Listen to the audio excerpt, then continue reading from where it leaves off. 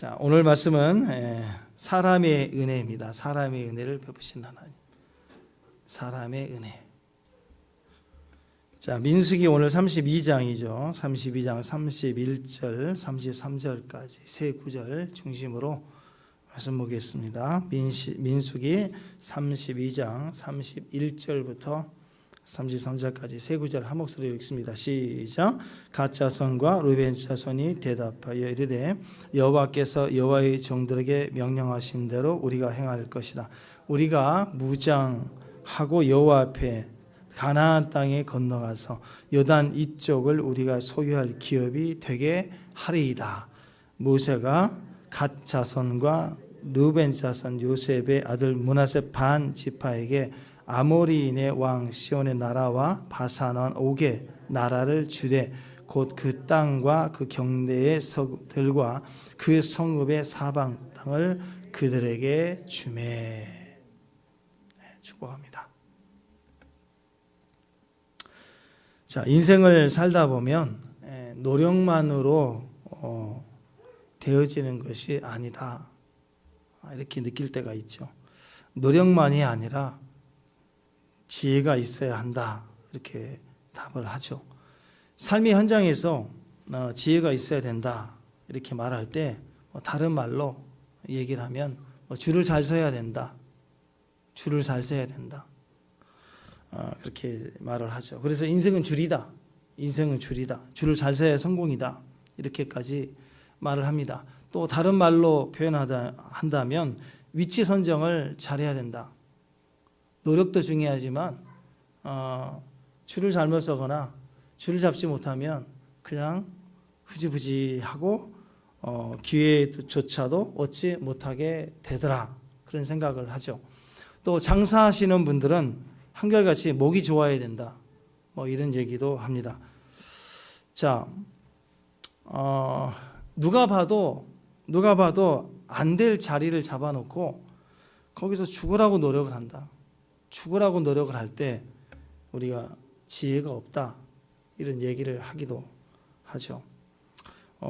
우리 축구 선수, 우리 손흥민 선수 요즘 많이 부진하다고 하지만 그래도 많이 힘을 주잖아요, 골을 넣을 때마다. 축구 선수를 보면은요, 축구를 잘하는 사람들 특징입니다. 볼이 가는 곳에 늘 있어요. 그게 우연 같아 보이는데 항상 보면 볼이 가는 곳에 있어요. 튕겨져 나와도 항상 그쪽으로 가 있어요. 이게 실력이죠.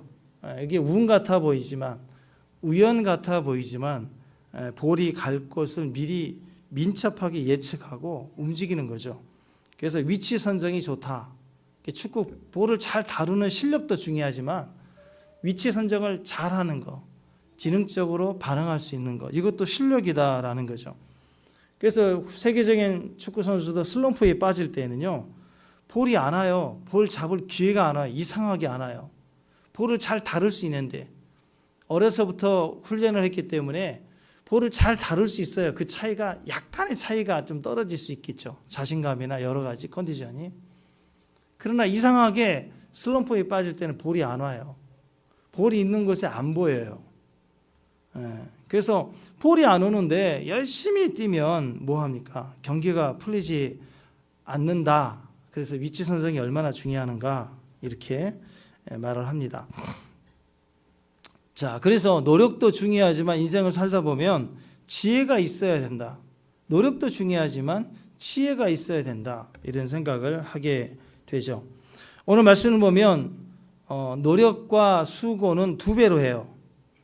두 배로 하는데 위치 선정이 잘못된 두 지파하고 또 반 지파가 있었다라는 거예요. 이들은 가나안 땅, 하나님 주신 가나안 땅이 아니라 요단강 동편 쪽의 땅을 달라고, 그 땅을 차지하겠다고 요구를 하죠. 그리고 결과적으로 대가를 지불합니다. 그러니까 가만히 보면 대가를 지불하는 게, 원래 하나님이 주신 땅을 차지하기 위한 대가 지불은 당연히 해야 되고, 플러스 자기가 원하는 땅을 차지하기 위한 노력을 두 배로 하는 거예요. 인생을 두 배로 수고하는 거예요. 두 배로 수고해요. 그리고 나중에 가서는 결과적으로 얻게 되지만 그게 몇 세대 지나고 나서 보면 없어질 땅이죠. 그래서 우리 인생도 그럴 수 있습니다. 노력과 수배는 수고는 남들보다 2배로 하면서 위치 선정이 잘못돼서 열심히 살아가고 땀 흘리는 사람. 혹시 주님 안에서도 우리가 그럴 수도 있지 않을까? 예. 저 에어컨 살짝만 좀 켜주실래요? 예. 온도를 좀 낮춰갖고. 예. 자, 여러분, 하나님께 약속받은 땅이에요. 하나님께 약속받은 땅인데 그 땅을 포기하고, 리모컨 여기 있어요. 그 땅을 포기하고 자기 뜻대로 땅을 달라고 요구한 요단강 동편의 터를 잡았던 이 지파들을 보십시오. 결과적으로 보면 나중에 다 없어지고만 땅입니다. 지금 이스라엘 땅도 아니죠. 요르단입니다. 요르단 땅에 속해 있는 지역입니다. 하나님이 주신 땅이 아닙니다. 그러니까 그것을 억지로 이기고 또 이기려고 하면서 고집을 피워서 얻었다고 해도, 2배로 수고해서 얻었다고 해도 잠깐이에요. 조금 지나면 안개처럼 쑥 사라지고 말더라라는 거예요. 그러니까 하나님이 우리에게 가라고 하신 길, 하나님이 주시겠다고 하는 땅이 당장 우리에게 힘들고 어려워 부담스럽고 그리고 현재가 더 좋아 보이는 것 같아도 그건 겸손이 아닙니다. 그래도 현실보다는 약속을 붙들고 가라는 거예요. 끝까지 가야 된다는 거예요. 현실을 붙들면 2배로 힘들어요. 그리고 얻어도 오래 가지 못해요. 그래서 우리가 지혜가 부족하면 그래요. 순간에 그 자기 현실을 더 좋아해 보이고 먹음직스럽고 옳기 때문에 선택했다고 하지만 그게 막판에 와서 훈련 다 마치고 막판에 와서 엉뚱한 곳을 선택해요. 그리고 그거 달라고 억지를 부리고 때를 쓰고 그리고 그렇게 얻었지만 결과적으로는 후손에게 남겨줄 만한 그런 유익이 되지 못하는 어리석음이 될 수 있더라라는 거예요. 그래서 여러분, 하나님이 우리를 부르신 그 자리는 절대로 떠나면 안 됩니다. 하나님이 우리에게 허락하신 자리는 소중합니다. 문제는요, 내가 힘이 없을 때는 지켜요. 따라가나요? 순종해요. 근데 약간 힘이 좀 생겼다 싶으면 그때부터는 임의로, 그 힘을 가지고 임의로 뭔가를 하려고 합니다. 선을 넘으려고 합니다. 자기 자리를 하나님이 주신 자리가 아닌 내가 원하는 곳으로 내 자리를 선택해 가려고 한다라는 것이에요. 이스라엘의 가장 강한 지파가 이제 2지파가 유다 지파하고 요셉 지파인데요. 결론적으로 유다 지파는 이제 원래는 루벤이 가져야 될 장자권이죠. 장자권을 유다 지파가 취하게 되고 장자는 2몫을 받았거든요. 그러니까 2몫을 받아야 되는 2배로 받는 것은 요셉 지파가 2지파, 2아들 지파로 나눠져서 2배로 받게 됩니다. 자, 그래서 가장 힘 있는 지파가 유다 지파와 요셉 지파인데 그 힘을 나중에 어떻게 쓰느냐 보니까 유다 지파의 마지막 갈렙을 보면은 자기 힘을 동원해서 헤브론 산지를 점령하겠다고, 너희 85세에 내 힘을 다해 이 땅을 점령하겠다, 이 산지를 내게 주소서 하면서 마지막 힘을 다해서 주님의 기업을 차지하기 위해서 온 힘을 가지고 선봉에 섰다라는 거예요. 가장 앞서서 주의 뜻을 이루고자 하기 위해서 힘을 썼다. 이게 유다 지파의 근성입니다. 리더자의 자세인 거죠. 반면 요셉 지파는 힘을 가진 그 기득권, 힘을 가졌다라는 그 기득권을 가지는데 자기 자리를 지키는 데 사용을 합니다.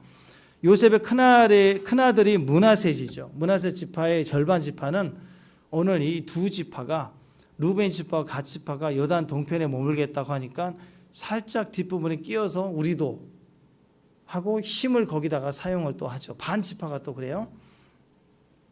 또 여호수아서 17장에 보면은요, 우리는 땅이 너무 좁다, 땅을 더 달라 하고 막 때를 써가지고 땅을 더 달라, 힘을 더 사용하겠다 하고 이렇게 자꾸 뭔가를 더 취하려고 선택하려고 요구를 하기 시작합니다.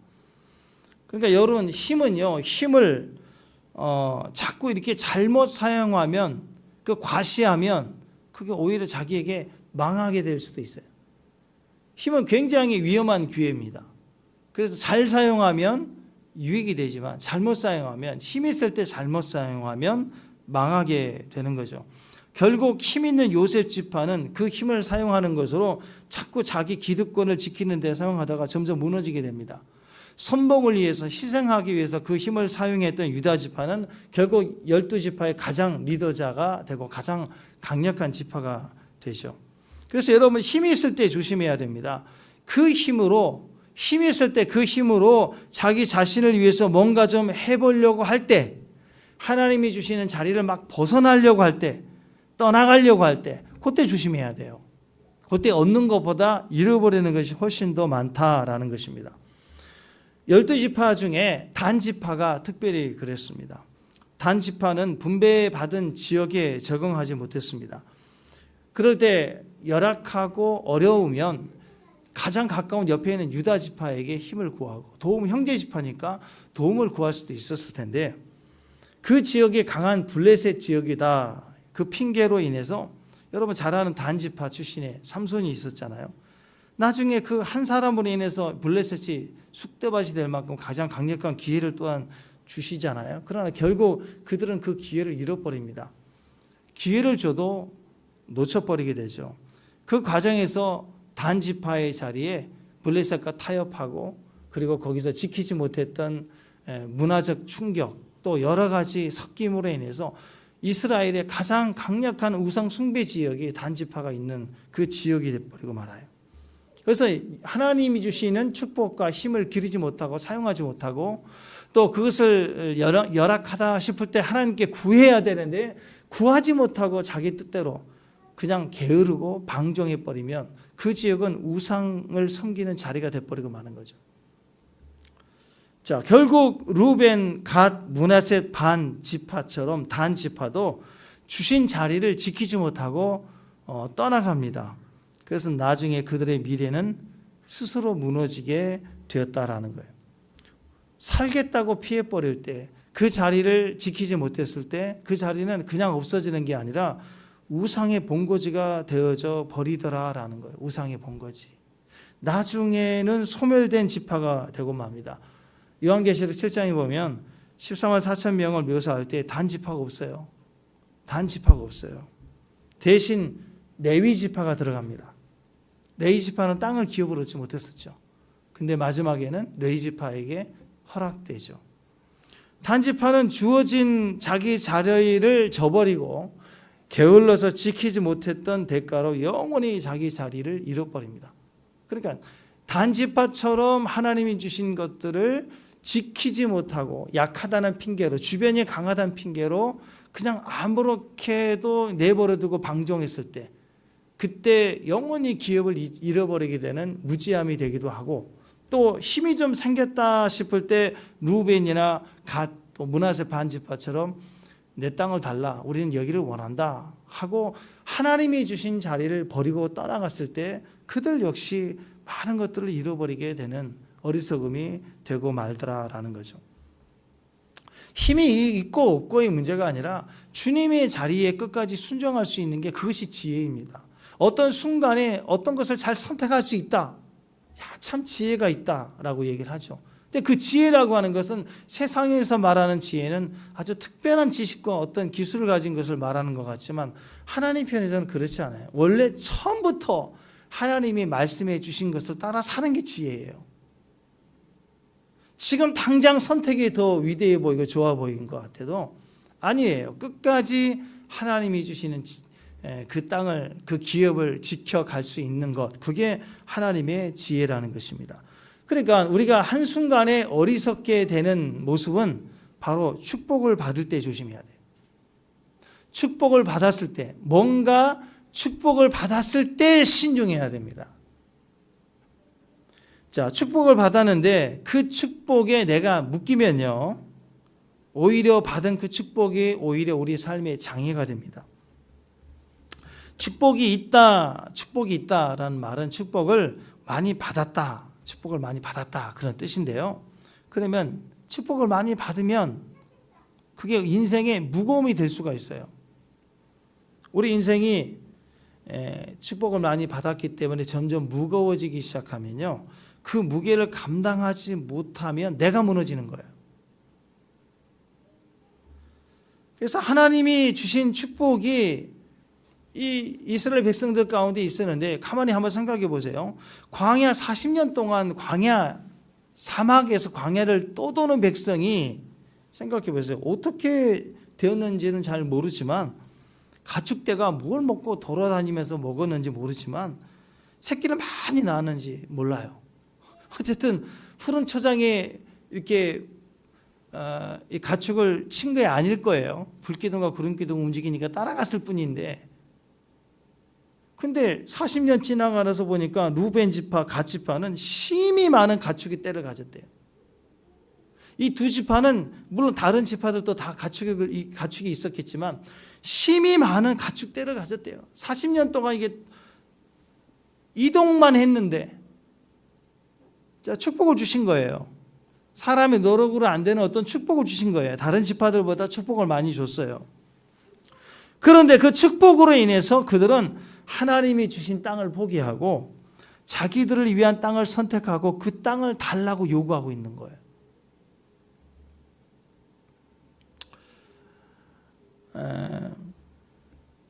그들이 야셀 땅과 길르앗 땅을 본즉 그곳은 목축할 만한 좋은 장소였다.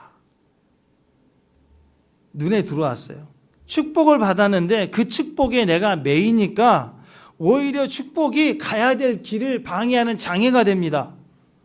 그래가지고 비전도 버리고 축복도 버리고 사명도 다 버리고 오직 자기 이익 하나 지키려고 하나님이 주신 그거 지키려고 세상화돼요. 세상을 쫓아가는 거야. 세상의 자리를 잡기 시작했다는 거예요. 그러니까 하나님 땅보다 세상 땅에 머물고 싶은 거예요. 하나님이 복을 주셔서 힘이 좀 생기니까 그 힘으로 하나님의 길을 따라가려고 하지 않고 이제 여기서 내 땅을 내가 잡고 살고 싶다. 이런 욕망이 생기는 거예요. 여러분, 사람들은 누구나 아무것도 없을 때에는 죽기까지 충성하다 가다고 뭐 좀 생기면 그거 지키느라고 아무것도 하지 못하는 사람들이 있다라는 거예요. 그것 좀 생기니까 주일도 제끼고 큐티도 버리고 새벽도 제끼고 나중에는요 다 잃어버렸어요. 그 기도의 자리를 잃어버려요. 축복의 자리를 잃어버려요. 그리고 하는 생각은 나중에 하면 되지. 다음은 없다고 그랬어요. 다음은 포토 사이트나 있지 다음은 없어요. 다음. 그래서 여러분, 축복은요 내가 다룰 수 있을 만큼만 축복입니다. 내가 다룰 수 없을 만큼 많이 부어지면 부어질수록 100% 재앙이에요. 전선과 같아요. 전선 100V 220V 정도 견딜 만한 시설인데 5만 볼트를 쓰라고 우리에게 제공하겠다. 전기 시설 다시 해야지. 그거 꽂으면 다 터지고 불나버리겠죠. 감당할 수 있을 만큼만 축복입니다. 내가 다룰 수 없을 만큼의 물질, 시간, 건강 다 재앙이에요. 과하면 어떤 것이든 우리에게 축복이 되지 못합니다. 차라리 부족하면 고통스러워요. 부족하면 억울할 수 있어요. 근데 망하지는 않아요. 근데 무엇이든지 과하면 그때부터 끝나는 거예요. 과하면 망치는 거예요. 어떤 분이 좋은 차가 생겼어요. 평생에 자기 형편에 살 수 없는 차가 갑자기 생긴 거예요. 좋은 외제차가 생겼어요. 얼마나 좋겠어요. 감사할 일이죠. 근데 그때부터 잠을 못 자요. 너무 좋아서 잠이 안 오는 게 아니고 누가 긁을까 봐. 그래서 주차해놓고 들어와서는 안절부절해서 다시 나가요. 왜냐하면 CCTV 가까운 쪽에 자리가 나야 거기다 주차하고 들어올 때까지 마음이 편해요. 그냥 집에 있어도 불안해서 또 나갔다. 그 자리에 누가 긁을 수 있는 거예요. 그러다가 집에 있으니까 안절부절하면서 늘 불평합니다. 우리 아파트는 주차 라인이 너무 좁다. 평소에는 안 그랬는데 그때부터 너무 주차 라인이 좁은 거예요. 차는 좋은데 동네가 레벨이 안 맞는데 자기하고 갑자기. 차는 좋은데 가죽 시트가 왜 이게 마음에 안 든대. 바꿨으면 좋겠다. 차는 좋은데 휘를 좀 바꿨으면 좋겠다. 이 하나하나가 이제 눈에 들어오기 시작하는. 그러니까 막 늘 불평이 많아지죠. 그런 사람이 있으면 옆에서 막 도와주고 싶어요. 어떻게 도와주고 싶어요? 그 차 놔달라고. 그분 도와줄 수 있는 방법은요, 그 불안을 해결할 수 있는 방법은 차를 팍 뺏어버려야 되는 거예요. 좋은 차 하나 생기고 난 다음부터 그게 감사할 일인데 갑자기 모든 게 다 불평이 많아집니다. 뭐 때문에? 차 때문에. 그럼 어떻게 해야 되는가? 차를 뺏어버려야 돼요. 하나님도 그러신다. 뭐 하나 줬는데 그것 때문에 매이고 묶이면 그거 복이 안 돼요. 감당이 안 되면 뺏어버려야 되는 거예요. 사람은요, 뭐 하나 생기면 그게 그렇게 감사할 일인데 오히려 그것 때문에 자기 분량이 넘어가면 그게 불평이 됩니다. 그것 때문에. 또 어떤 분은요, 갑자기 명품백이 생겼어요. 자기는 살 수 없는데 어떻게 들어온 거예요? 너무 감사할 일이죠. 근데 그때부터 이상하게 불평이 시작이 됩니다. 이상하게 명품백이 하나 생기잖아요. 그 순간부터 옷장에 입을 옷이 하나도 없어요. 옷은 많은데 이 백에 맞는 옷이 없다는 거예요. 그 입이 쭉 나오기 시작한. 명품백을 들고 운동화 신고 다닐 수는 없잖아요. 그러니까 또 신발이 없는 거예요. 신발이. 백에 맞는 신발이 없는 거예요. 또 명품백을 들고 뭐 마을버스 타고 다닐 수는 없잖아요. 내가 차를 좀, 차가 없네. 외제차는 다 어디 갔는가? 막 하면서 하나하나가 다 불평이에요, 불평. 그래서 루이비통을 좋아했는지 오늘 루벤 지파예요. 이름 비슷해요. 그 루벤 지파가 그랬다는 거예요. 직장이 이렇다 저렇다. 사람들 관계가 참 진짜 힘들다.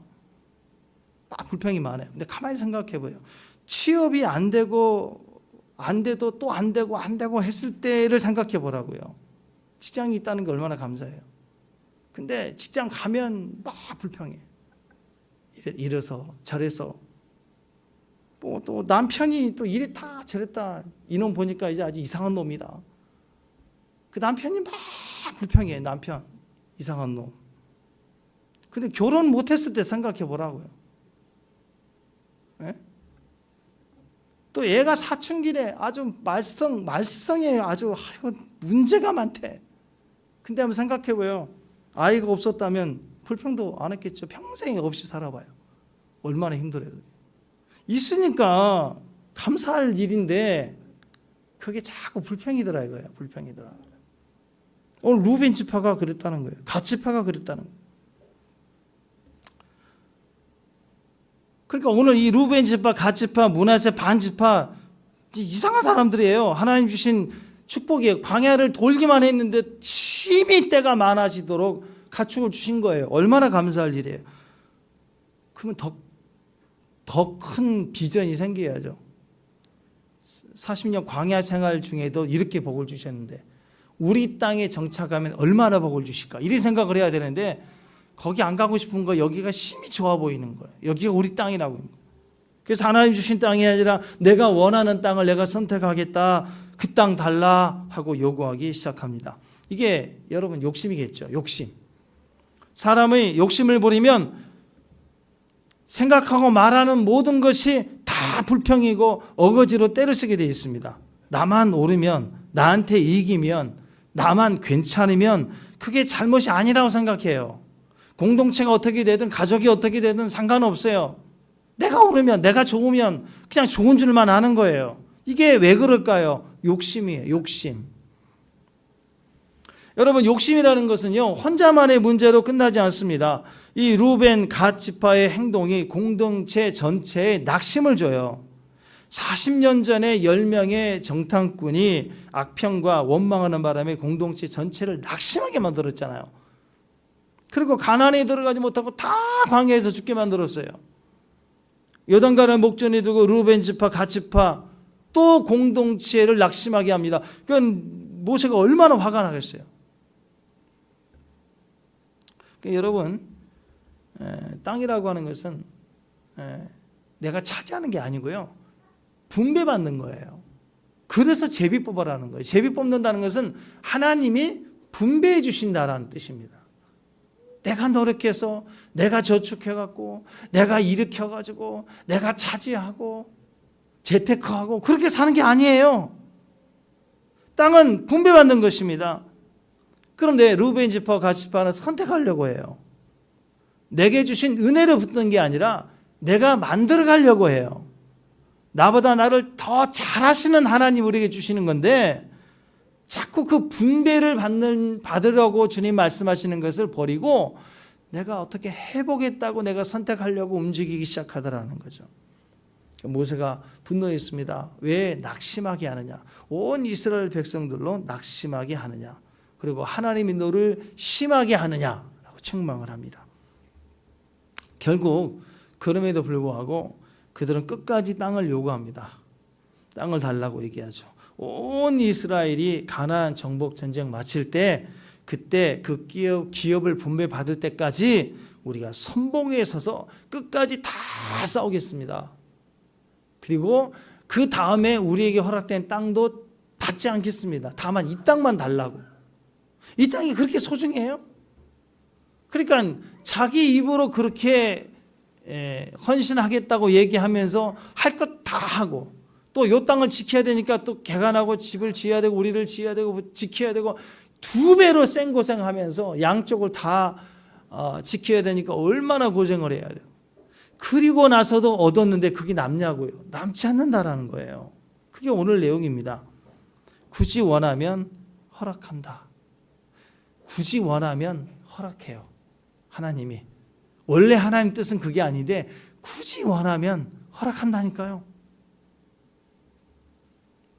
자, 모세는 갓 지파과 루벤 자손이 자신들이 말한 대로 실행하면 그들이 요구한 요단 동편 땅이 그들이 산업이 될 것이다. 그래, 너희의 산업이 될 것이다 라고 약속합니다. 대신에 너희가 하나님 앞에 약속한 너희 말대로 말한 대로 행하지 아니하면 너희가 하나님 앞에 죄가 된다. 그래서 그에 상응하는 벌을 받게 될 것이다 하고 정확하게 얘기를 합니다. 그러니까 그 땅을 차지하기 위해서 말한 대로 반드시 순종해야 된다는 것이죠. 자, 무슨 말인가? 이 땅을 살아가면서 하나님 말씀을 우리에게 하신 비전도 우리가 책임을 져야 되지만 살면서 내가 내 입으로 말한 모든 것들도 우리는 책임을 져야 됩니다. 자기 입에서 말한 대로 반드시 지켜야 돼요. 축복합니다. 자, 오늘 말씀 31절 32절 말씀이에요. 자, 읽어보십시다. 시작. 갓 자손과 루벤 자손이 대답하여 이르되 당신의 종에게 명령하신 대로 우리가 행할 것이라.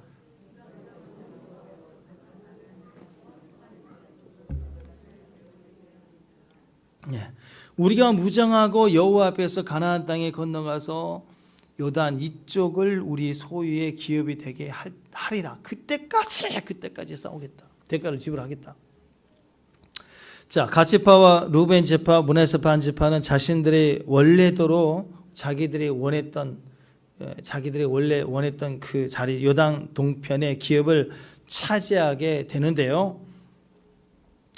이것은요, 완전한 자기들의 몫으로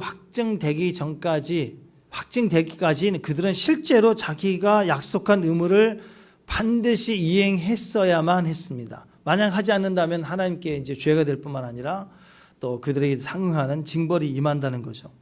그래서 그들은 가축의 우리를 지어서 아이들과 여자들을 남기고 거기에 또 두게 하고 남자들은 또 무장을 해서 가나안 땅 기업 차지하기 위한 정복 전쟁에 또 참여했어야 했습니다.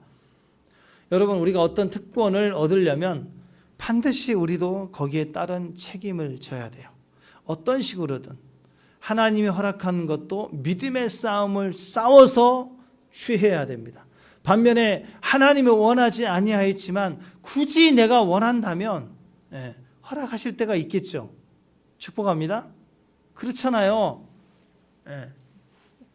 간만에 아들 만나가지고 비싼 음식을 한번 사주고 싶은데 한우를 사주고 싶은데 애가 짜장면을 먹겠다고 굳이 먹겠다고 그러면 어떻게 하겠어요? 그걸 사줄 수밖에 없는 거지. 원래 뜻은 아니었지만 그게 죄가 되지 않는 선에서는 허락해 준다고요. 근데 유익이 아닌 거죠. 그게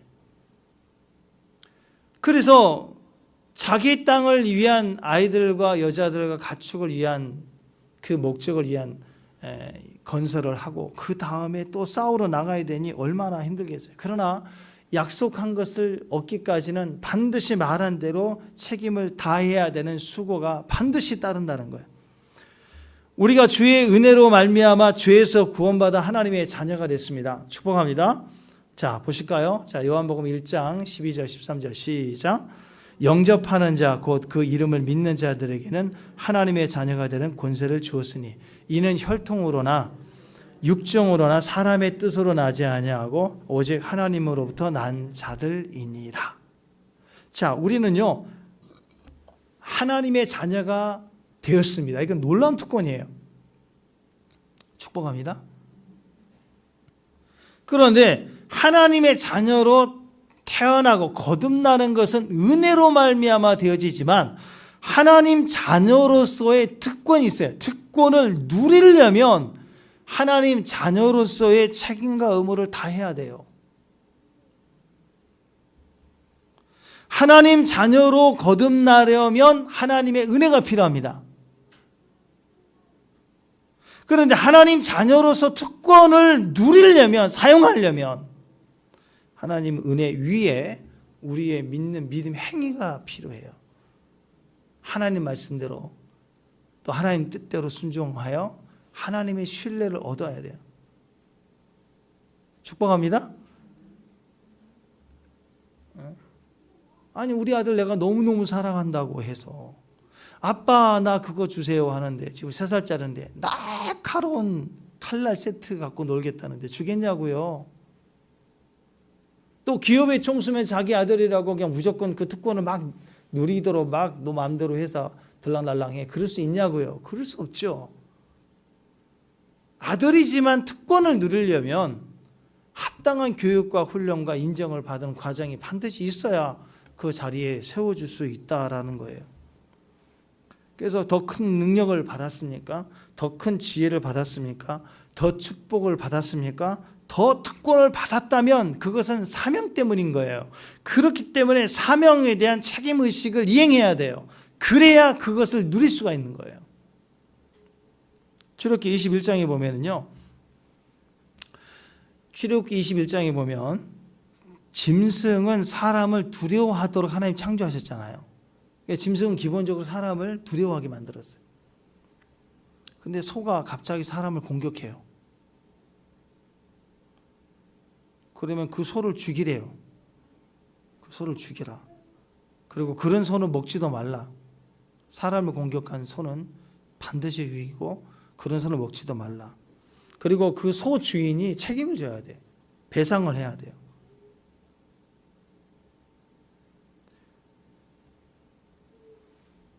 근데 이 소가 우연히 그렇게 사람을 공격한 게 아니라 원래 이 소가 사람을 들이받는 버릇이 있었어 몇 번. 그래서 경고를 줬는데도 불구하고 이번에 그런 일이 벌어졌다. 그러면 그 소를 반드시 죽여야 될 뿐만 아니라 그 소 주인도 책임이 있어서 죽여라는 거예요. 그도 죽일지니. 왜? 직무유기니까. 알면서도 그 소 주인이 소를 단속하지 않고 죽이지 않아서 상해를 입혔다면 소도 죽이고 주인도 죽이라. 그게 율법이에요. 출애굽기 21장 29절 한번 보세요. 시작.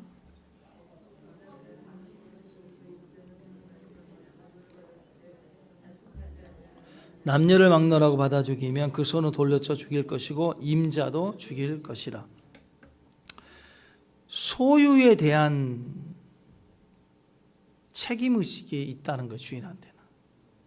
그냥 주면 끝이 아니라 취하였으면 더 많이 받았으면 책임이 따라요. 반드시 그것을 방조하면 안 되고 책임을 져야 됩니다.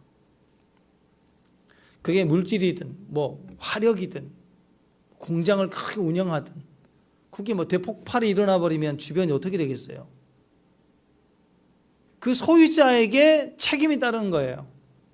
물질도 그래요. 물질이 좋은 게 아니라 자기 이상의 물질을 감당을 못해서 그걸로 인해서 집안 싸움이 일어나고 원수가 되고 막 그런 일이 벌어진 책임 누구에게는 아버지에게 있는 거예요.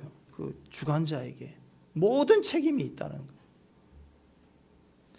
그러니까 자기에게 뭔가 소유가 있다라고 하면, 하나님께 더 많은 것을 받았다고 하면 그것에 대해서 생각해야 됩니다. 책임지려는 의식을 가지고 있어서 경계해야 돼요.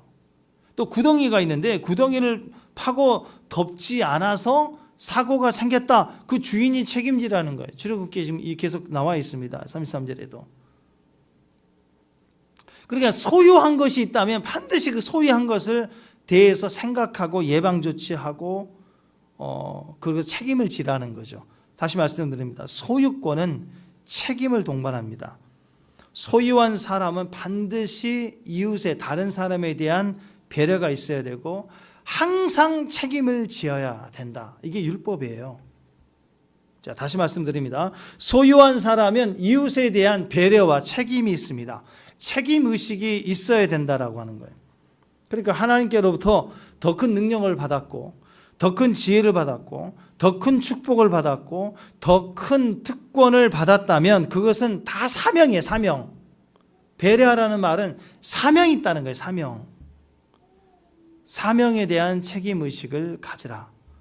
그러니까 여러분, 아무리 부자라도 진짜 돈이 많은 부자는 침대를 10m짜리 침대를 쓰나요? 막 집이 100m예요?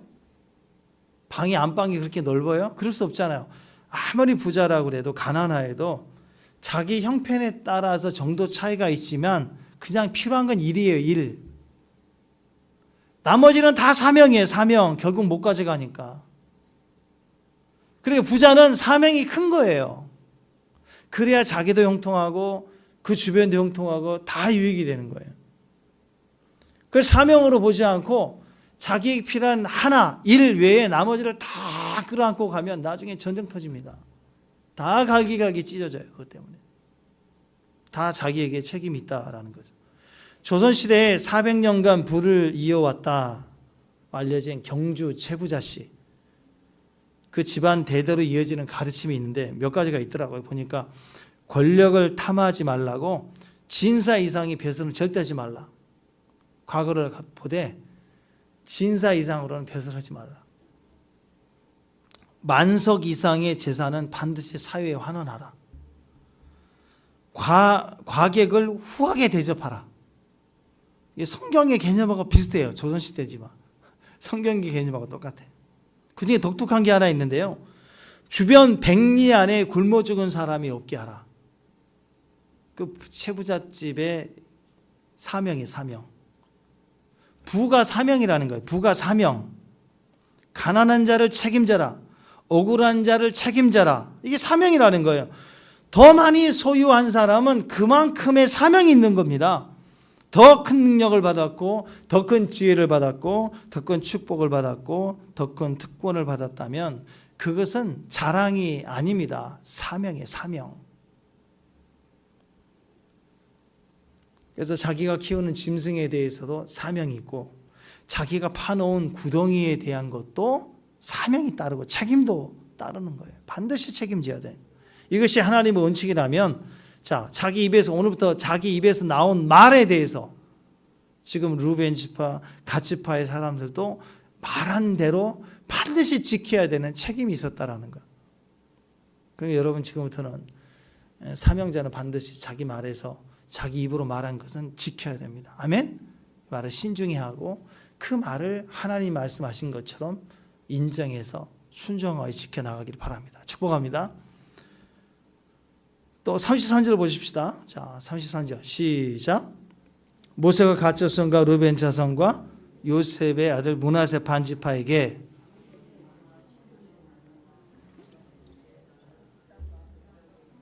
그 성읍의 사방 땅을 그들에게 주매. 자, 모세는요, 자, 루벤 지파, 갓 지파, 므낫세 반지파 사람들이 자기들의 입으로 말한 약속을 지킬 것이라고 믿어줬어요. 믿어주고 그 요구를 들어줍니다. 잘 들으세요. 모세가 그들을 믿어줄 수 있었던 것은, 그들은 그런 기질을 가졌기 때문에 사실 믿고 맡길만 하는 사람들은 아니에요. 생각해 보세요. 40년 훈련받고 가나안 정복 전쟁 시작하려고 하는데 안 가겠다고 버티는 거, 그게 정상적인 공동체가 아니죠. 근데 모세는 믿어줘요, 그 말을.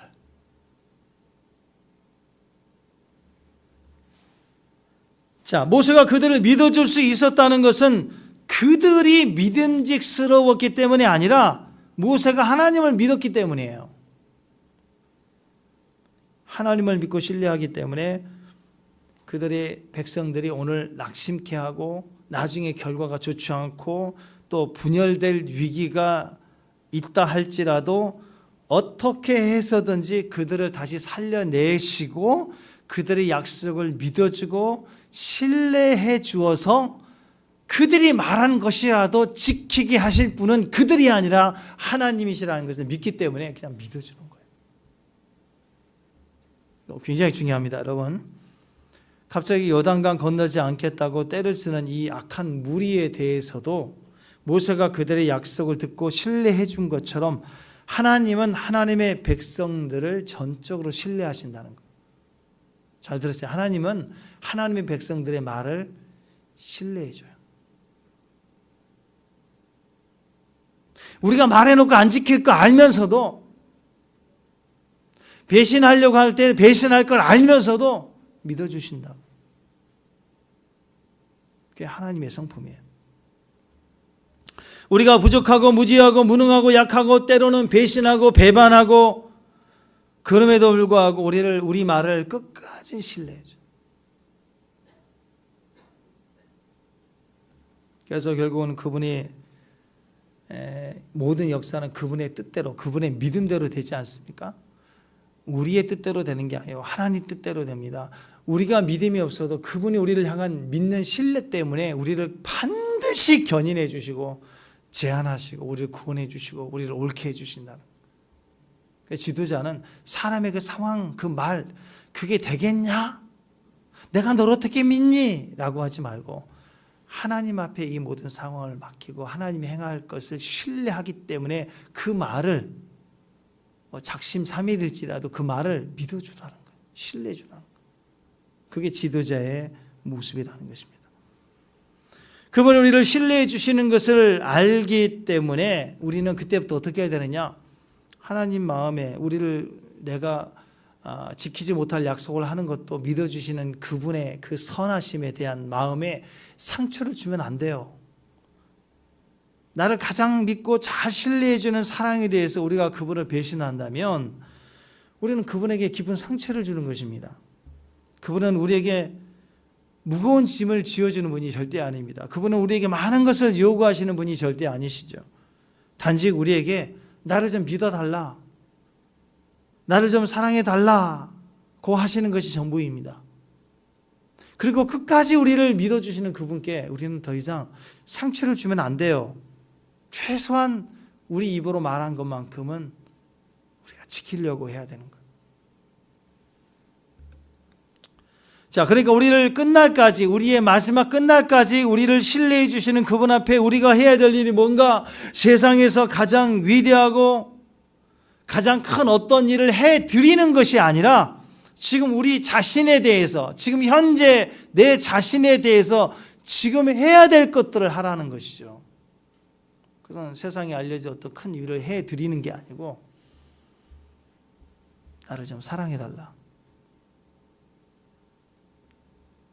나를 좀 믿어달라고 하시는 그분의 음성에 내 자신을 반응해 갈 수 있어야 됩니다. 그게 그분에게는 더 중요한 것입니다. 사도 바울은 할 수 있는 대로 주의 뜻이 무엇인지를 이해하고 자기를 부단히 쳐서 그분 앞에 굴복시키는 일을 지금 당장 하라는 거예요. 그게 우리를 신뢰해 주시는 그분을 아는 사람들의 모습이라는 거예요. 막 세계 선교, 엄청난 극단적 헌신, 그런 거 하려고 하지 말고. 자, 고린도전서 9장 27절입니다. 시작. 내가 내 몸을 쳐 복종케 함은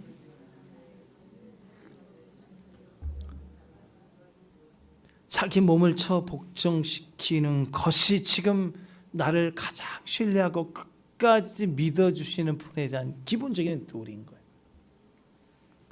자아가 죽지 않으면, 자아가 죽지 않은 상태에서 주님을 위해서 위대하고 큰 일, 남들보다 큰 것을 해냈습니다 할지라도 결코 그분은 그것을 기뻐하지 않으십니다. 우리가 무슨 일을 더 해내야 기뻐하시는 게 아니라 일을 안 해도 돼요. 그냥 그분을 믿는 것을 의롭다 하는 것을 믿으면 의로 여기신다고 그랬습니다.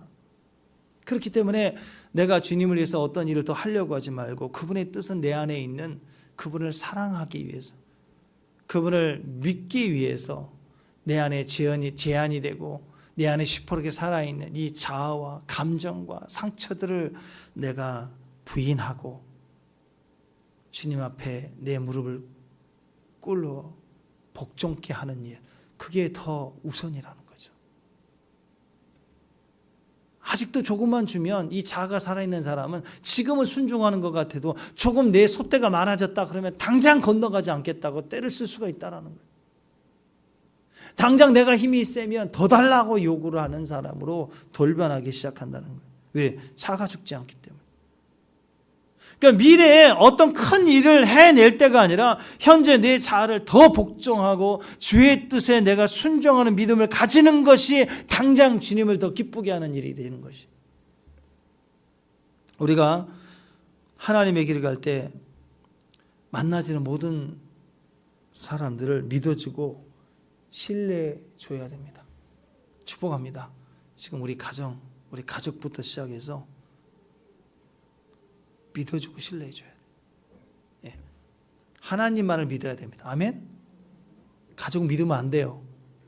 그러나 자녀의 말을 들어주고 믿어주라는 거예요. 믿어주라. 믿는 건 하나님만 믿는 거고 믿어주라고요. 실수할지만 부족하지만 믿어주라고요. 왜? 이 모든 주권이 하나님께 있다는 것을 믿기 때문에, 또 그 부족함을 내가 알기 때문에 내가 기도로 더 매달리면 되는 거니까 내가 만나지는 모든 사람들에 대해서 믿어주라고요. 우리 자녀들을 믿어줘야 돼. 우리 아내들을, 우리 남편들의 말을 믿어줘야 돼. 인정해주고 믿어줘야 돼.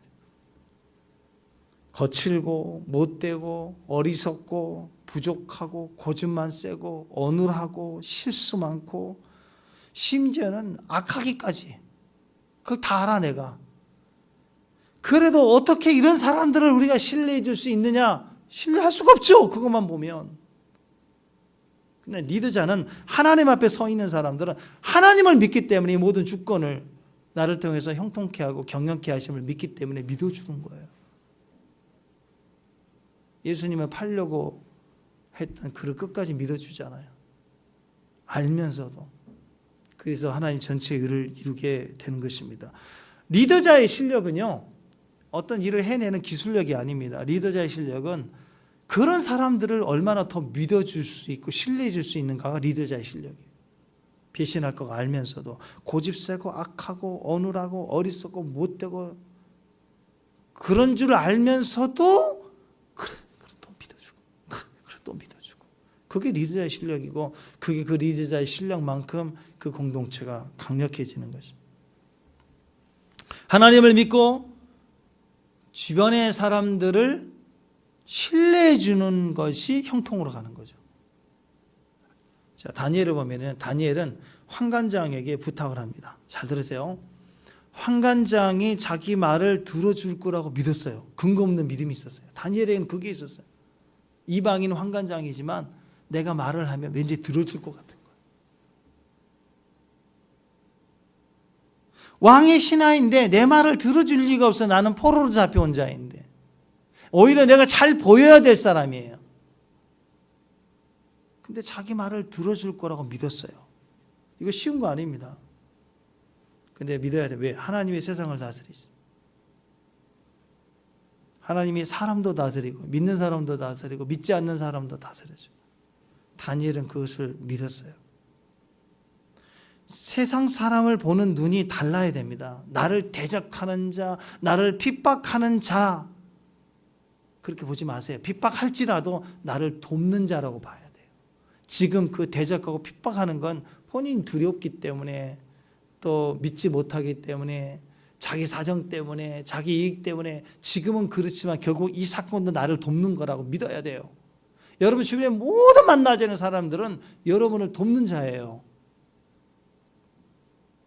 심지어 내가 잘 보여야 될 환관장조차도 다니엘은 자기 말을 들어줄 자로 믿었어요. 그럼 가서 얘기를 하는 거예요. 자, 한 달란트 받은 악하고 게으른 종이 있었죠. 이 한 달란트 받은 사람의 눈은 사람을 보는 눈이 잘못돼도 매우 잘못됐어요. 비틀어졌어요. 심지어는 그의 주인은 하나님을 상징하잖아요. 좋은 주인입니다. 수억이나 되는, 거의 18억, 20억이나 되는 한 달란트가 20억 정도 되는데 그 한 달란트를 20억을 그냥 맡기고 갈 수 있는, 맡겨주고 갈 수 있는 주인이 어디가 있어요.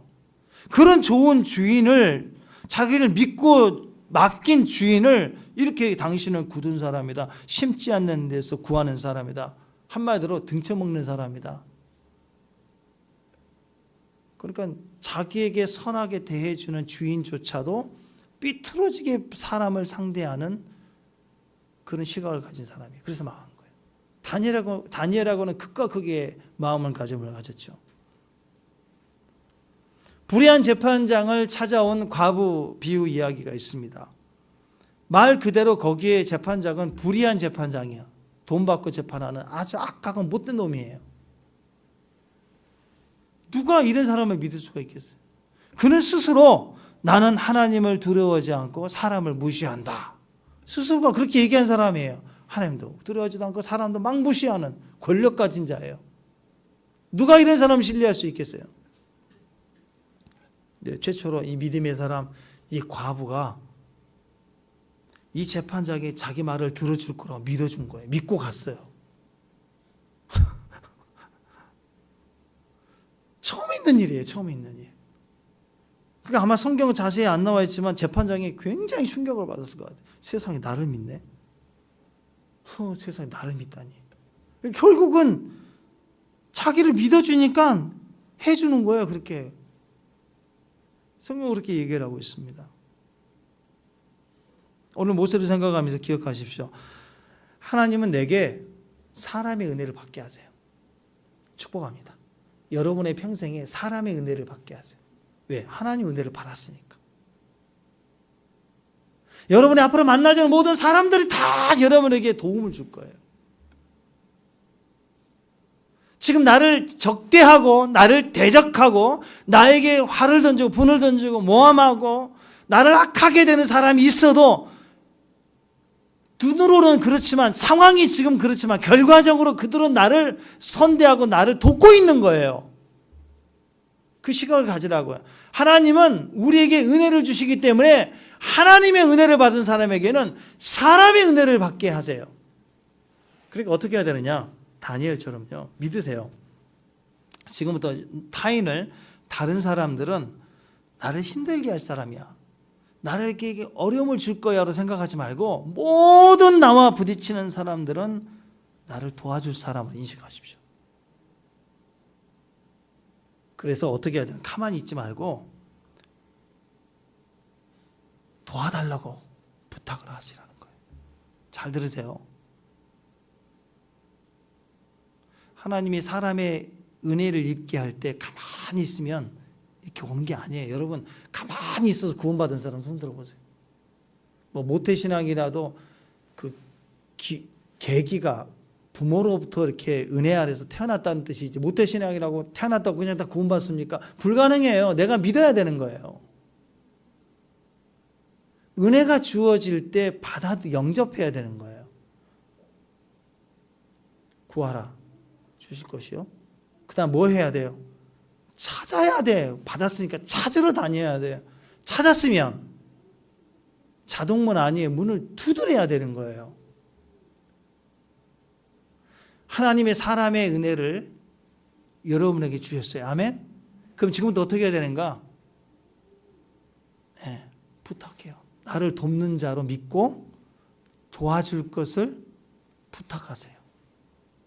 자, 여러분에게 자꾸 도와주는 사람이 원수입니까? 아니죠. 여러분을 도와준다면 얼마나 고마워요. 그죠?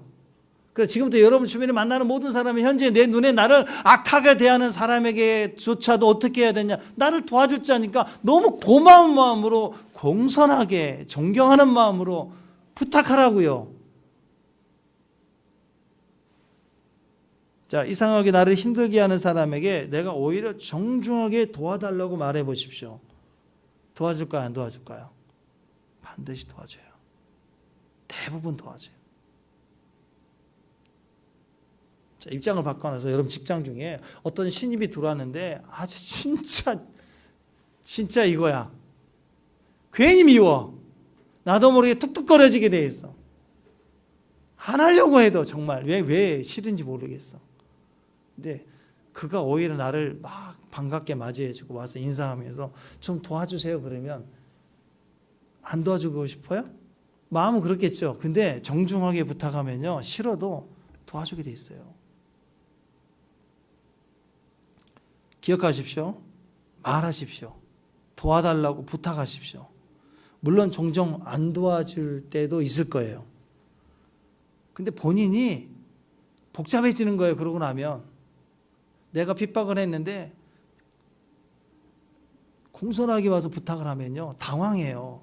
굉장히 당황하면서 싫다고 안 해준다고 하면서부터는 본인은 전쟁이 들어갑니다. 내가 이것밖에 안 되나 뭐부터 시작해갖고 내가 진 건데 하고 막 더 복잡해지는 거예요 이제. 그러니까 여러분 한결같은 태도로 나를 도와줄 것이라고 믿고 모든 사람에게 공손하게 부탁하라는 거예요. 하나님 믿듯이 하나님이 이 과정 가운데 계심을 믿고 정중하게 부탁하십시오. 씩씩대면서 도와줍니다. 도와주고 나서는 더 좋아하게 돼 있어요. 관계가 변화가 되기 시작합니다. 하나님을 믿으십시오. 하나님 반드시 우리에게 사람의 은혜를 주세요. 아멘? 그 사람의 은혜를 주신 것을 믿고 지금 갈등 속에 있고 부딪힘이 있는 그 관계 속으로 들어가셔야 돼요. 그리고 부탁하세요. 부탁하라고요. 믿어달라는 것입니다. 신뢰해달라는 거죠. 그러면 하나님 우리에게 더 큰 은혜를 베풀어 주신다는 것입니다. 억지로 힘쓰는 것은 여러분 오래가지 못합니다. 힘 빼도 되는 인생을 살아야 됩니다. 그래야 오래갑니다. 분수는 아름답죠. 팍 시원할 때. 근데요 전기 꺼버리면 푹 꺼져요. 아무것도 아니에요. 왜냐하면 힘으로 억지로 분출되는 거니까. 전기만 꺼지면 그냥 없어지는 거예요. 근데 폭포는 다르죠. 그냥 흘러요. 떨어지는 거예요. 힘쓸 필요가 없는 거예요. 그래서 폭포는 소리가 틀립니다. 역동적입니다. 끊이지 않습니다. 떨어지는 힘 때문에 발전까지 해요. 중력의 힘을 타고 흐르기 때문에 강력하다는 거죠. 그래서 폭포는 힘쓸 필요가 없어요. 그냥 떨어지는 힘이고 그 자체가 아름답기 때문에. 돌아보면 우리 인생은요 하나님 은혜로 사는 겁니다. 내가 노력해서 힘줘서 짜내서 만들어내서 그렇게 가는 게 아니에요. 스가랴 4장 6절 한번 보십시다. 자, 마지막에 읽어봅시다. 시작. 여호와께서 스룹바벨에게 하신 말씀이 이러하니라. 만군의 여호와께서 말씀하시되 이는 힘으로 되지 아니하고 능력으로 되지 아니하고 오직 나의 영으로 되느니라. 힘으로 안 된대요. 능력, 재능으로 안 된대요. 오직 by my spirit, 하나님의 영으로, 신으로, 성령으로 된다. 그 말은 뭐예요? 힘으로 살려고 하지 마. 재능, 능력으로 살려고 하지 마. 죽도록 고생하고 남는 게 없어. 억지로 2배로 일하면서 다 얻으려고 하지 마. 나중에 다 없어진다. 그러니까 오직 성령을 의지하며 힘 빼. 떨어지는 힘을 따라가. 틀고 만들고 조정하려고 하지 마요. 세계적인 가장 아름다운 정원을 꾸민 조경 사업, 디자인, 일본 사람들 되게 많잖아요. 일본에 가면 아기자기 예쁘게 정말 예쁘게 해놨어요. 꽃정원이 너무너무 예쁘게 해놨어요. 근데 인공적이라요 아름답지가 않아요. 식상해버려요. 한 번, 2번 갈 때뿐이지. 오히려 계양산 둘레길 솔밭 아래에서 잡숴보면서 김밥 먹을 때가 최고 행복할 거예요. 매년 가봐야 행복해. 매년 갈 때마다 행복해. 인공적이고 애쓰고 힘쓴 것으로는 아름답지 않습니다. 그냥 힘 뺐는데 되는 길을 따라 가시는 거예요. 사람의 인생 모습 속에 돌아보면 힘쓰고 애쓰고 노력하고 그렇게 멋지게 살았던 에서는 그 땅에서 사라졌어요. 근데 하나님만 철저히 의지했던 야곱은 지금까지라도 이스라엘의 나라를 이루고 영향을 발휘하고 있지 않습니까? 여러분의 인생에서도 힘쓰고 애쓰고 이기려고 하고 또 이기려고 하며 애쓰고 힘쓰고 살지 말고 모든 것을 하나님께 다 맡기십시오. 분수처럼 살지 말고 폭포처럼 떨어지면서 살아야 됩니다. 내가 하나님 믿기 때문에 연약하고 부족하고 약하고 못되고 그런 사람들조차도 그냥 폭포가 떨어지는 힘으로 그냥 안고 가는 거예요. 그냥 신뢰하면서 믿어주고 가는 거예요. 반드시 여러분에게 도움이 됩니다. 하나님 돕게 하세요. 에서에게는, 사람에게는 이런 에서의 냄새가 나요. 힘쓰고 애쓰고 가지 않으려고 하고 여기가 좋다고 하고 다 왜? 에서 냄새가 나서 그래요. 근데 야곱에게는 향기가 나요. 사람 냄새가 아니에요. 향기로 사람들은 도와주고 하나님이 사람의 은혜를 입게 해서 하나님이 번성케 하시고 열매를 맺게 하신다는 거예요. 약한데 부족한데 되게 하시는 축복이 바로 하나님의 은혜에서부터 나옵니다. 그러니까 여러분도 그러죠. 주변에 강한 친구는 잘 안 도와줘요. 잘할 수 있으니까. 약하고 부족하고 병들고 없고 그러면 자꾸 도와주고 싶은 거예요. 하나님 앞에 뭘 그렇게 강하다고 힘 있다고 자랑하고 있지 말고 연약한 자 부족한 자의 모습으로 있는 그대로 주님 앞에 가면 주님 우리를 도와주십니다. 마찬가지입니다. 하나님 우리에게 은혜를 주셨기 때문에 사람의 은혜를 주심을 믿고 오늘 모세가 부족한 그들을 연약한 그들을 믿어주잖아요. 믿어주고 기도해 주잖아요. 우리 주변에 만나는 모든 사람들을 믿어주고 신뢰해주고 받아주시길 바랍니다. 하나님이 합력해서 선을 이루게 하시고 모든 은혜의 열매를 취하게 하실 줄로 믿습니다. 기도하겠습니다. 하나님께서 우리에게 주신 은혜를 하나님 저희들이 믿음으로 취합니다. 약속을 따라 사는 믿음의 종들이 되게 하옵소서. 은혜를 버리고 욕심과 내 뜻과 내 선택으로 나서지 않겠습니다. 오직 은혜로 살게 하시고 하라고 하신 주의 사명을 따라 우리에게 주신 은혜로 하루하루가 주의 복대로 복을 이루게 하여 주시옵소서.